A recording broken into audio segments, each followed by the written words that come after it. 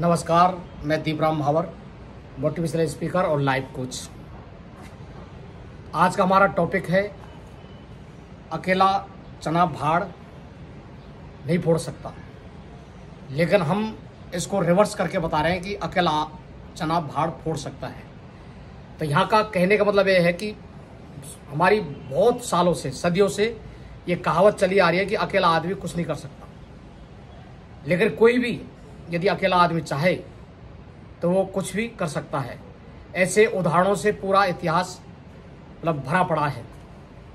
तो हम आगे बढ़ने से पहले हम हर बार की तरह आपको बताना चाहेंगे कि हमारी एक ये मोटिवेशन बुक है जिसका नाम है, यह मोटिवेशन बुक आपके लिए निःशुल्क उपलब्ध है। तो हमारी भी एक कोशिश है इस समाज में, इस देश में परिवर्तन लाने की। तो कोशिश जारी है, उसमें भी हम कुछ हद तक सफल भी हुए हैं।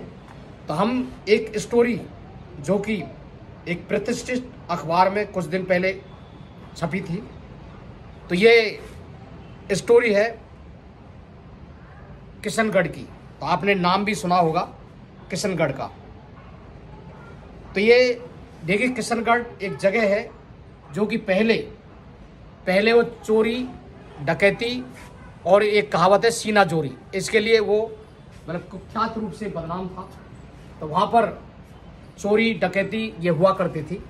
तो संयोग से वहाँ पर कुछ लोग पढ़ लिख गए थे। तो एक बार 1972 की बात है, 1972 की। तो वहाँ पर 1972 में राजस्थान सरकार ने ये आदेश निकाला और वहाँ पर पूरे गांव को पुलिस के द्वारा घेर लिया गया, जिसमें 5000 से ज़्यादा पुलिसकर्मी वहाँ पर थे। अब ऐसा बात नहीं है कि उस गांव में जितने भी जो लोग थे वो सारे चोरी चकारी करते थे, लेकिन शक के दायरे में तो सभी लोग आ जाएंगे। तो वहाँ पर ये देखिए, हम उस गांव के बारे में हम आपको पॉजिटिविटी बता देते हैं कि पहले वो गांव इस चीज़ के लिए बदनाम था, लेकिन आज के टाइम में हम यदि वहाँ देखें तो वो हो सकता है कि राजस्थान या पूरे देश भर के अंदर सबसे ज़्यादा एजुकेटेड, सबसे ज़्यादा अफसरों वाला गांव वो बन गया है।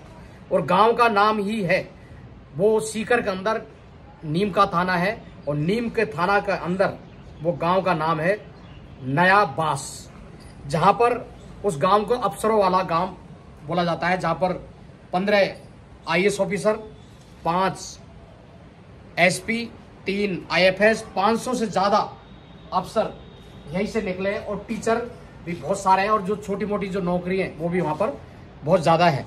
तो अभी हम वापस 1972 में चले जाते हैं। तो वहाँ पर ये 5000 से ज़्यादा पुलिसकर्मी वहाँ पर चले गए और वहाँ पर पूरे जो गांव से पूछताछ की गई। तो इक्का दुक्का परिवारों को ही छोड़ के पूरा गांव उसमें से चोरी डकैती के लिए बदनाम था। वहाँ पर सारे काम होते थे। तो एक बार की वहाँ पर कहावत है कि एक बार एक जमींदार का ऊँट चोरी हुआ, तो चोर ने कहा ऊँट चाहिए तो रुपया दो। जमींदार पुलिस लेकर उसके घर पहुँचा, लेकिन कहीं ऊँट नहीं मिला। मजबूरन जमींदार को रकम देनी पड़ी और पुलिस ने कहा कि ऊँट कहाँ है। चोर सबको घर की छत पर लेकर पहुँचा, लेकिन ऊँट हाथ पांव वह बंधा हुआ मिला। तो वहाँ पर देखिए कि जब पुलिस वाले वगैरह वहाँ पर पहुँचे, तो वहाँ पर गांव में जो एक सब इंस्पेक्टर हुए थे, सब इंस्पेक्टर परम आदरणीय और सम्मानित श्री KL मीणा जी, तो वहाँ पर उन्होंने देखा, उनको गिरफ्तार नहीं किया, लेकिन बहुत सारे लोगों को वहाँ पर गिरफ्तार ले लिया। तो वहाँ पर पूरे गांव वालों को सामने उसने बोला, यदि अब से आगे यहाँ पर कोई ऐसी घटनाएं हुई तो सबसे पहले हम उनका नाम हम बताएंगे। तो उन्होंने गांव के अंदर लोगों को मोटिवेट किया और समझाया, और फिर उन्होंने IAS की एग्ज़ाम दी। तो वो उस गांव से पहले IAS अफसर बने। और उन्होंने ये भी कहा कि कुछ लोग जो गलत काम करते हैं उसकी सज़ा पूरा गांव वाला भुगतता है।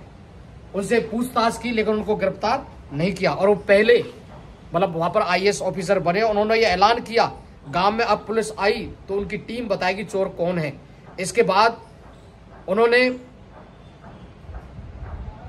शेखावटी के पहले वो IAS बने और बाकी युवाओं को भी उन्होंने राह दिखाई, मोटिवेट किया।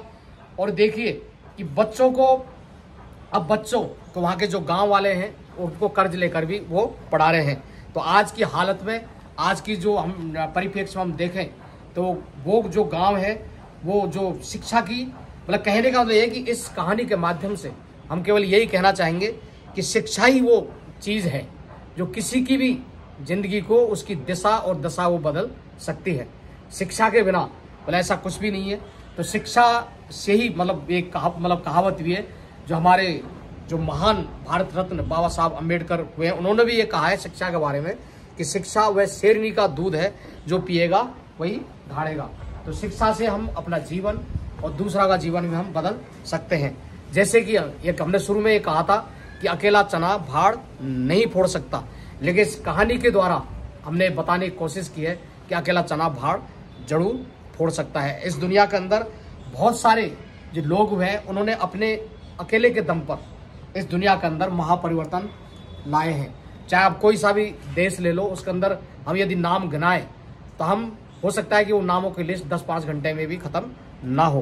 तो हम क्या है कि कहानियों के माध्यम से किसी भी जो टॉपिक है उसको हम कहानियों के माध्यम से रिलेट करने की कोशिश करते हैं।